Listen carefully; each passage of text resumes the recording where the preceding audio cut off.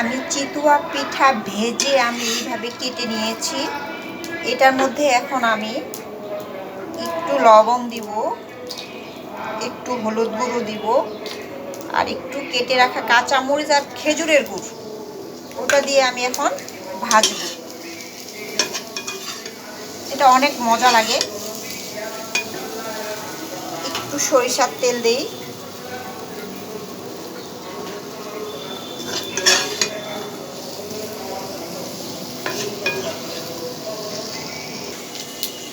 অনেক মজা লাগে এইটা চিতুয়া পিঠাটা। খেজুরের গুড়, কাঁচা মরিচ, হলুদ দিয়ে ভাজে খাইলে এইভাবে।